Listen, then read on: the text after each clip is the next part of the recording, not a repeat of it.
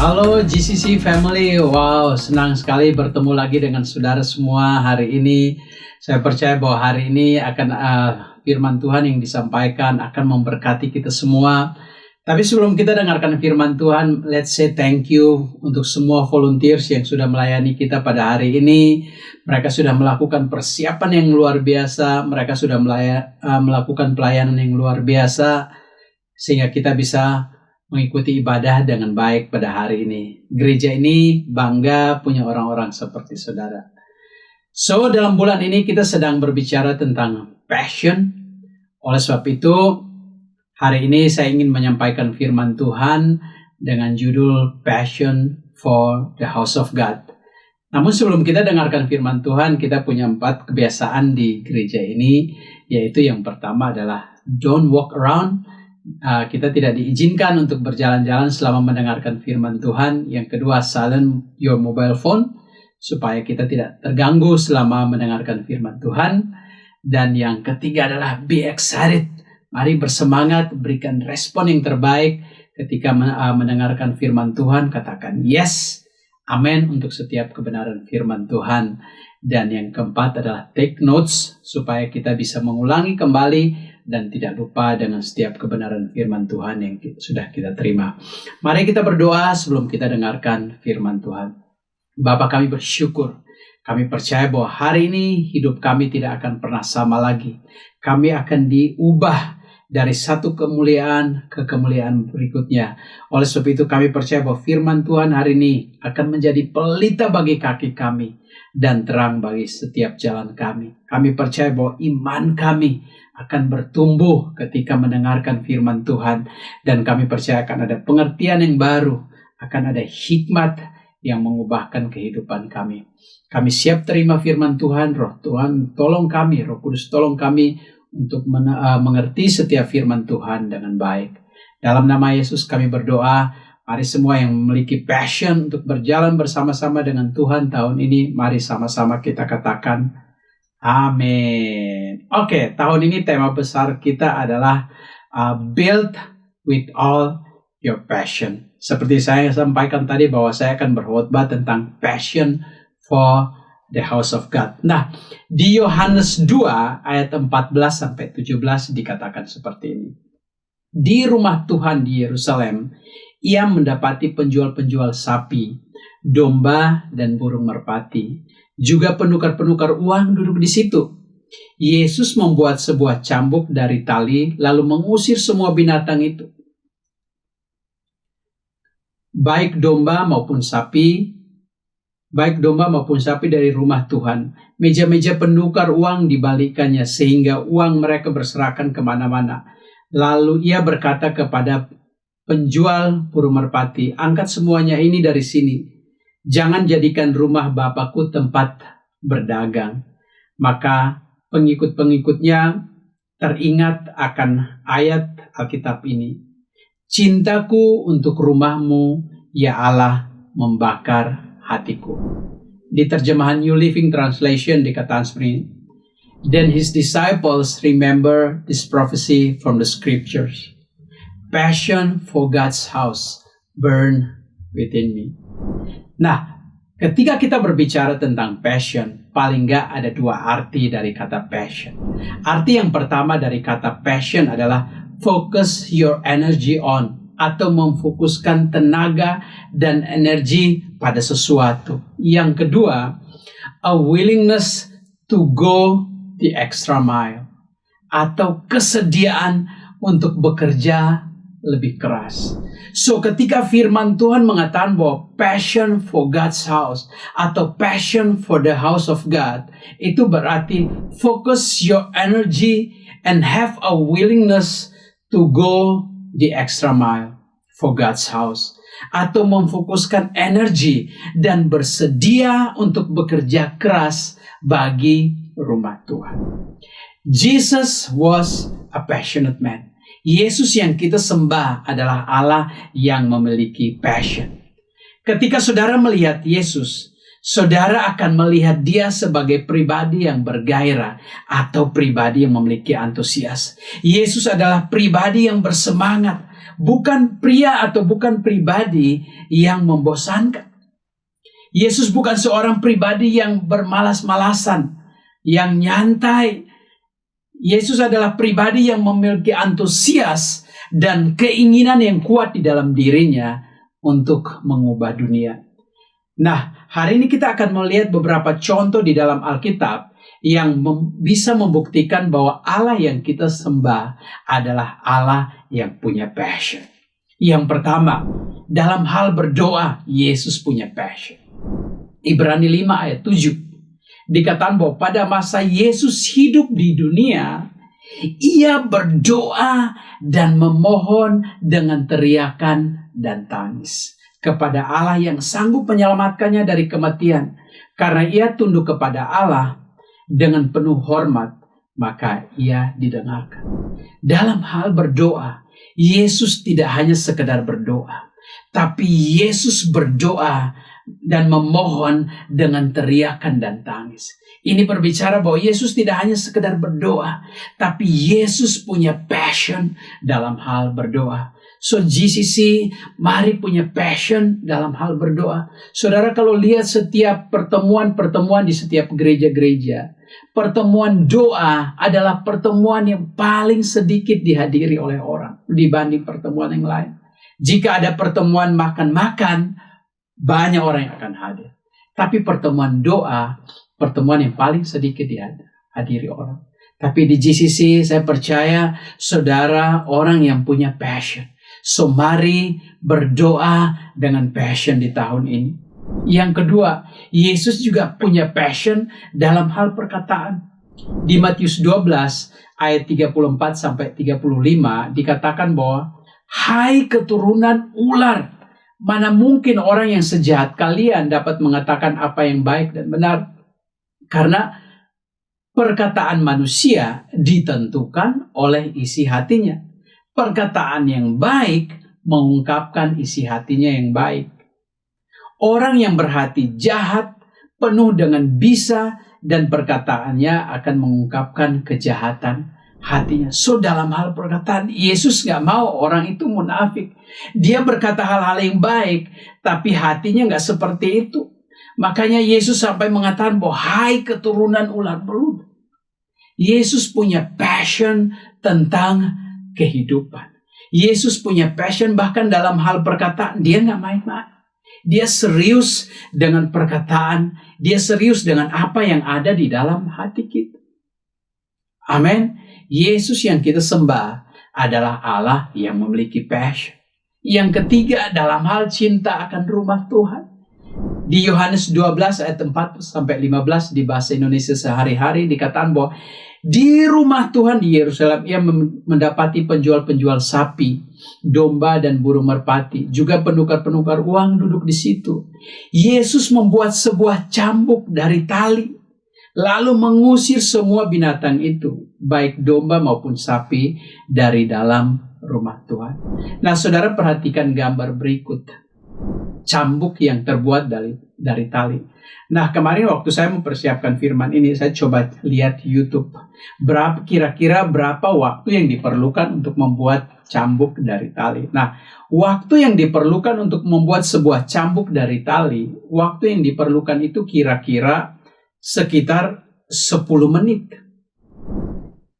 Nah, setelah Yesus membuat cambuk dari tali sekitar 10 menit, dia juga membutuhkan waktu lagi untuk praktis menggunakan cambuk itu, sehingga ketika dia menggunakannya, dia menggunakannya dengan benar. Nah, saya pikir waktu yang dibutuhkan itu pasti lebih dari 10 menit. Nah, banyak orang yang mengatakan bahwa di ayat ini Yesus marah. Yesus adalah seorang pemarah. Padahal tidak. Di ayat ini, ini sedang menunjukkan bahwa Allah yang kita sembah adalah Allah yang punya passion. Karena kalau dia marah, dan dia harus buat cambuk dulu, yang diperlukan waktu sekitar 10 menit lebih, amarahnya sudah akan hilang. Sudah akan reda, dia sudah akan tenang. Tapi yang menggerakkan dia untuk membersihkan bait Allah dari setiap perdagangan yang ada di dalamnya adalah passion. Berarti yang menggerakkan Yesus untuk membersihkan bait Allah bukan amarah, tetapi passion. Dia tidak sedang kehilangan kontrol atas amarahnya waktu melihat orang-orang berdagang di bait Allah. Tetapi ia memiliki zeal, ia memiliki passion untuk rumah Tuhan. Jesus was a man of passion. Saudara mungkin berkata bahwa saya mau jadi seperti Yesus. Saya ingin menjadi serupa dan segambar dengan Yesus. Tetapi tahukah saudara bahwa salah satu passion terbesar Yesus adalah passion untuk rumah Tuhan. Amin. Gereja lokal Anda yang saudara mengatakan bahwa ini rumah rohani, ini adalah keluarga rohani saudara, di mana saudara bisa bertumbuh di dalamnya. Kita tidak bisa seenaknya dan pasif terhadap rumah ini. Dan berharap bisa menemukan tujuan Tuhan di dalam kehidupan saya dan saudara. Contoh beberapa sikap yang pasif terhadap rumah Tuhan. Jarang terlibat. Sesekali baru muncul. Atau ogah-ogahan, malas-malasan, pandai mencari alasan dan lain sebagainya. Segala sesuatu yang Tuhan hendak turunkan dari surga dan yang segala sesuatu yang Tuhan ingin lakukan dalam hidup saya dan saudara, selalu Tuhan akan turunkan dan lakukan melalui gerbang surga, yaitu gereja lokal Anda. Gereja lokal Anda adalah gerbang surga. GCC adalah gerbang surga. Makanya sikap kita dengan gereja, kita itu nggak boleh pasif. Saya dan saudara harus punya passion untuk rumah Tuhan. Kejadian 21 ayat 17 dikatakan seperti ini. Ia takut dan berkata, alangkah dahsyatnya tempat ini. Ini tidak lain dari rumah Allah. Ini pintu gerbang surga. Di Kejadian 21 ayat 17 di versi The Message Bible dikatakan seperti ini. He was terrified. He whispered in awe. Incredible, wonderful, holy. This is God's house. This is the gate of heaven. Ini adalah rumah Allah dan ini adalah pintu gerbang surga. So hari ini saya rindu untuk share 3 hal yang kita bisa lakukan yang berhubungan dengan passion kita terhadap rumah Tuhan. Hal yang pertama yang kita bisa lakukan sebagai jemaat untuk membuktikan passion kita terhadap rumah Tuhan adalah, yang pertama adalah terhubung ke rumah Tuhan. Connected to the house of God. Kita perlu terhubung dengan rumah Tuhan. Karena ada sesuatu yang kuat di rumah Tuhan yang tidak bisa diberikan oleh dunia, yang tidak bisa ditawarkan oleh dunia. Di Matius 16 ayat 18 di bahasa Indonesia sehari-hari dikatakan bahwa aku akan membangun gerejaku yang tidak dapat dikalahkan sekalipun oleh maut. Di firman Allah yang hidup dikatakan bahwa aku akan membangun jemaatku dan segala kuasa neraka tidak sanggup mengalahkannya. Yesus sedang berkata bahwa I will build my church. Aku akan membangun gerejaku. Ini yang rumah Tuhan bisa tawarkan. Waktu kita terhubung ke dalam rumah Tuhan, waktu kita connected to the house of God, ini janji Tuhan yang ditawarkan kepada kita bahwa I will build my church. Waktu Tuhan mengatakan bahwa I will build my church, aku akan membangun rumahku, saudara bisa merasakan passionnya Tuhan. Saudara bisa merasakan hatinya Tuhan. Yesus bahkan sedang menantang iblis dan berkata bahwa bawa semua yang kau punya dan aku akan membangun gerejaku dan pintu alam maut sekalipun tidak akan sanggup menguasainya. So saya percaya bahwa jika kita mengikatkan diri kepada kerajaan Allah dan secara khusus kepada rumah Tuhan dan juga gereja lokal, maka hidup saya dan saudara akan dibangun. Katakan amin. Keuangan saudara akan diberkati. Kehidupan saudara akan diberkati. Bisnis saudara, pekerjaan saudara, bahkan buah kandungan saudara akan diberkati Tuhan. Bahkan masa depan saudara Tuhan mengatakan bahwa Dia akan memberikan masa depan yang gilang gemilang dan penuh harapan. Dengan kata lain, kehidupan kita akan diberkati oleh Tuhan. Dan Tuhan juga ingin memakai setiap kita. Tidak hanya sekedar untuk kita ada dan eksis di bumi, tapi Tuhan mau pakai kehidupan kita untuk bisa menjadi berkat. Melayani Tuhan, terutama melayani Tuhan di gereja lokal, adalah bagian penting dalam hidup kita sebagai orang Kristen. Karena ketika setiap bagian dari tubuh ini melayani, maka disitulah pergerakan akan terjadi. Itu sebabnya Yesus berkata seperti ini di Yohanes 2 ayat 17. Dikatakan bahwa passion for God's house burns within me. Oleh sebab itu kita perlu mengerti bahwa jangan sampai saya dan saudara, kita sebagai gereja, kita masuk ke tempat di mana kita pasif terhadap rumah Tuhan, atau kita acuh tak acuh terhadap rumah Tuhan. Amin. Mari miliki hasrat, passion untuk rumah Tuhan. Yang kedua, apa yang kita bisa lakukan untuk membuktikan passion atau hasrat kita terhadap rumah Tuhan? Tertanam dalam rumah Tuhan. Planted in the house of God. Mazmur 92 ayat 13-14 di New King James Version dikatakan bahwa those who are planted in the house of the Lord shall flourish in the courts of our God. They shall still bear fruit in old age. They shall be fresh and flourishing. Mereka yang ditanam di rumah Tuhan akan bertunas di pelataran Allah kita. Mereka akan tetap berbuah pada masa tua. Mereka akan segar dan berkembang. Wow, haleluya. Mereka akan segar dan berkembang. So, langkah pertama untuk kita bisa bertumbuh adalah tertanam. Tanaman tidak mungkin bertumbuh apabila ditanam dan berakar di tempat yang berbeda-beda. Tanaman benih berkualitas bagus sekalipun, kalau dia tidak memiliki wadah untuk ditanam, tidak akan pernah terjadi pertumbuhan. Demikian pula dengan kehidupan rohani kita tidak mungkin akan bertumbuh jika yang kita lakukan adalah menjadi kutu loncat, yaitu berpindah dari gereja yang satu ke gereja yang lain. Kita menjadi orang Kristen dengan menyerahkan hidup kita kepada Kristus. Tetapi kita menjadi anggota tubuh Kristus dengan menyerahkan hidup kita kepada orang Kristen lainnya atau berkomitmen kepada sebuah jemaat lokal.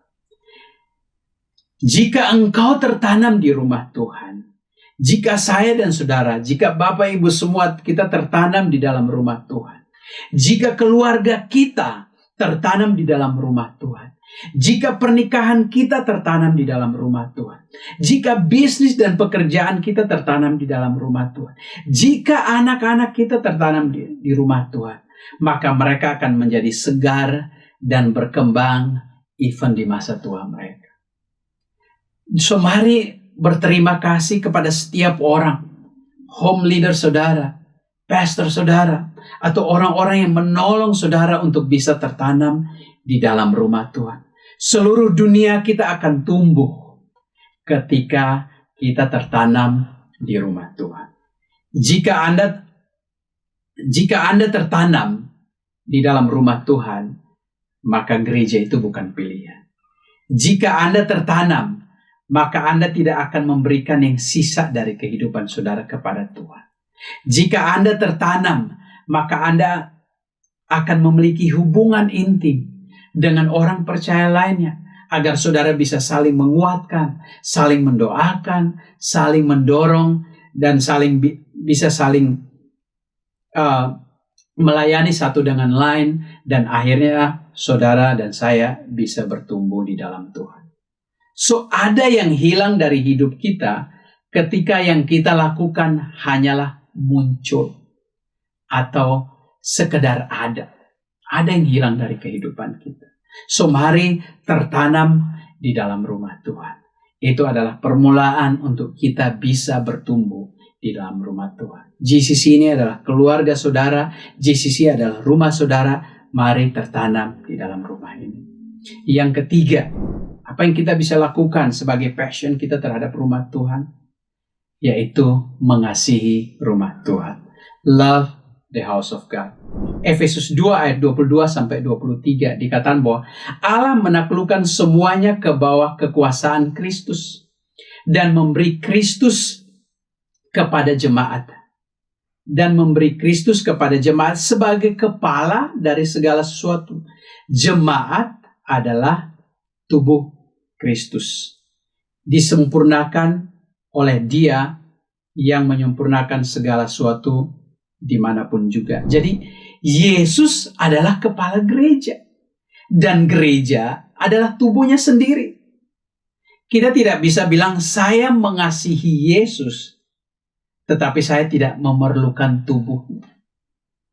Sama dengan seorang suami yang mengatakan bahwa kepada istrinya, saya sangat mengasihi engkau, tapi hanya kepalamu saja. Saya tidak menyukai bagian tubuhmu yang lain. So, salah satu teladan yang kita bisa tunjukkan dalam hal mengasihi rumah Tuhan adalah jangan pernah berbicara negatif tentang rumah Tuhan. Karena kita tidak mungkin mengasihi kepala, tapi membenci tubuh. So, kalau saudara mengasihi Yesus sebagai kepala gereja, saudara juga akan mengasihi gerejanya atau tubuhnya, yaitu jemaat lokal saudara, gereja lokal saudara.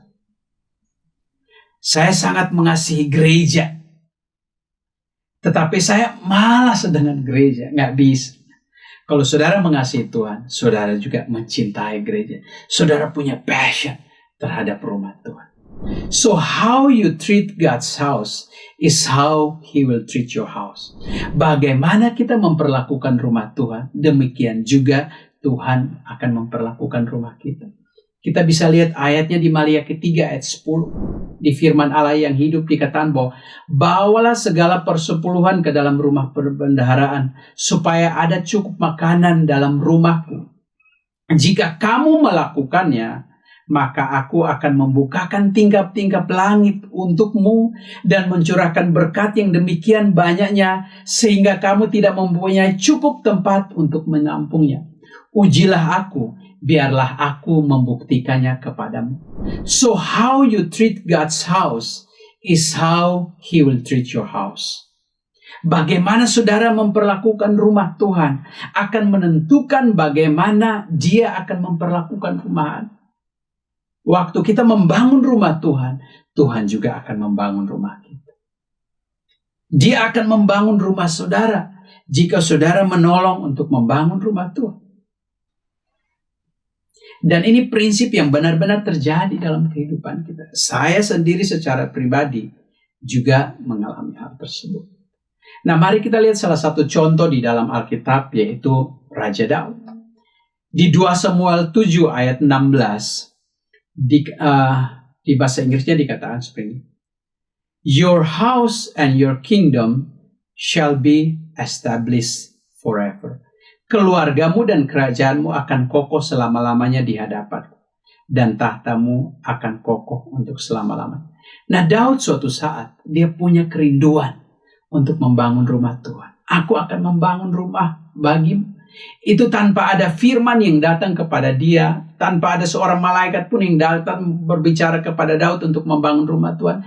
Kerinduan itu muncul dalam diri dia. Ada passion untuk membangun rumah Tuhan. Dan Tuhan mengatakan, masakan engkau akan membangun rumah aku. Tapi itu muncul di dalam hatinya Daud, berasal dari kerinduan dia sendiri. Dan waktu Tuhan melihat kerinduan itu, passion untuk membangun rumah Tuhan, Tuhan berjanji bahwa Dia akan mengokohkan kerajaan Daud. Dan Tuhan menggenapi itu di dalam kehidupan Daud. Nah, kita lihat yang pertama di masa Salomo anaknya Daud. Di 1 Raja-Raja 11 dikatakan bahwa di pasal 1, adapun Salomo mencintai banyak perempuan asing. Di samping anak Firaun, ia mencintai perempuan-perempuan Moab, perempuan Moab, Amon, Edom, Sidon, dan Het. Dan di ayat yang ketiga, ia mempunyai 700 istri dari kaum bangsawan dan 300 gundik. Istri-istrinya itu menarik hatinya daripada Tuhan. Sebab pada waktu Salomo sudah tua, istri-istrinya mencondongkan hatinya kepada Allah lain, sehingga ia tidak dengan sepenuh hati berpaut kepada Tuhan Allahnya seperti Daud. Demikian Salomo mengikuti Asyitoret, dewi orang Sidon, dan mengikuti Milkom, dewi kejijikan sembah orang Amon. Dan Salomo melakukan apa yang jahat di mata Tuhan. Dan ia tidak dengan sepenuh hati mengikuti Tuhan seperti Daud ayahnya. Hanya pada waktu hidupnya di ayat 12, aku belum mau melakukan ini karena Daud ayahnya. Jadi Tuhan mau menghukum Daud. Tuhan mau menghukum Salomo. Tapi karena Daud ayahnya yang dulu punya kerinduan untuk membangun rumah Tuhan, Tuhan tidak melakukan itu. Namun demikian di ayat 13, kerajaan itu tidak seluruhnya akan kukoyakkan daripadanya. Satu suku akan kuberikan kepada anakmu oleh karena hambaku Daud, dan oleh karena Yerusalem yang telah kupilih. Nah, Tuhan lakukan ini kepada Salomo. Ini 53 tahun setelah Daud wafat. Tuhan menggenapi janjinya. Ketika Daud membangun rumah Tuhan, Tuhan menggenapi janjinya kepada keturunan. Yang kedua kepada Abiam. Di 1 Raja-Raja 15 ayat 1-4. Dikatakan bahwa Abiam hidup dalam segala dosa yang telah dilakukan ayahnya sebelumnya, dan ia tidak dengan sepenuh hati berpaut kepada Tuhan Allahnya seperti Daud moyangnya. Tetapi karena Daud, maka Tuhan Allahnya memberikan keturunan kepadanya di Yerusalem dengan mengangkat anaknya menggantikan dia dan membiarkan Yerusalem berdiri. Nah, Tuhan lakukan ini kepada Abiam 86 tahun setelah Daud wafat. Amin. Yang ketiga Yoram di 2 Raja-Raja pasal 8 di ayat yang ke-16 sampai ayat yang ke-19. Dikatakan bahwa di ayat 18 dikatakan bahwa ia hidup menurut kelakuan raja-raja Israel seperti yang dilakukan keluarga Ahab. Sebab yang menjadi istrinya adalah anak Ahab. Ia melakukan apa yang jahat di mata Tuhan. Namun demikian Tuhan tidak mau memusnahkan Yehuda oleh karena Daud, hambanya, sesuai dengan yang dijanjikannya kepada Daud, bahwa ia hendak memberikan keturunan kepadanya dan kepada anak-anaknya untuk selama-lamanya. Dan ini terjadi 166 tahun setelah Daud wafat. Wow. Dan yang terakhir Raja Hizkia. Yerusalem dikepung oleh musuh di 2 Raja-Raja 19 ayat 32-34. Di ayat 32 dikatakan bahwa sebab itu beginilah firman Tuhan mengenai Raja Asyur. Ia tidak masuk ke kota ini dan tidak akan menembakkan panah ke sana. Juga ia tidak akan mendatanginya dengan perisai dan tidak akan menimbun tanah menjadi tembok untuk mengepungnya. Melalui jalan dari mana ia datang, ia akan pulang. Tetapi kota ini tidak akan masuk, demikianlah firman Tuhan. Dan aku akan memagari kota ini untuk menyelamatkannya oleh karena aku dan oleh karena Daud hambaku. Tuhan mengingat Raja Hizkia. Ini terjadi 313 tahun setelah Daud wafat. Saudara perhatikan, bahkan ribuan tahun kemudian, Mesias Yesus Kristus lahir dari keturunan Daud. Yesus disebut anak Daud. Kalau Tuhan bisa menghargai dan menjaga sampai ratusan bahkan ribuan tahun, apa yang kita perlu khawatirkan dengan hidup kita yang hanya 70 atau 80 tahun? Di Mazmur 90 ayat 10 dikatakan seperti ini. Masa hidup kami 70 tahun, jika kami kuat 80 tahun, dan kebanggaannya adalah kesukaran dan penderitaan. Sebab berlalunya terburu-buru dan kami melayang lenyap. So, hari ini saya ingin bertanya kepada saudara, apa yang menahan kita saat ini untuk tidak membangun rumah Tuhan? Saya ingin memberikan kesaksian tahun 2002 ketika saya lulus. Saya berdoa, Tuhan apa yang harus saya lakukan dengan kehidupan saya? Dan selama saya berdoa dan berpuasa, ini yang terus datang ke dalam pikiran saya dan hati saya. Build my house and I will build your house. Bangun rumah saya dan aku akan membangun rumah. Dan itu terus datang kepada saya. Akhirnya saya putuskan untuk kembali ke Kupang, ke NTT, dan bicara kepada orang tua saya.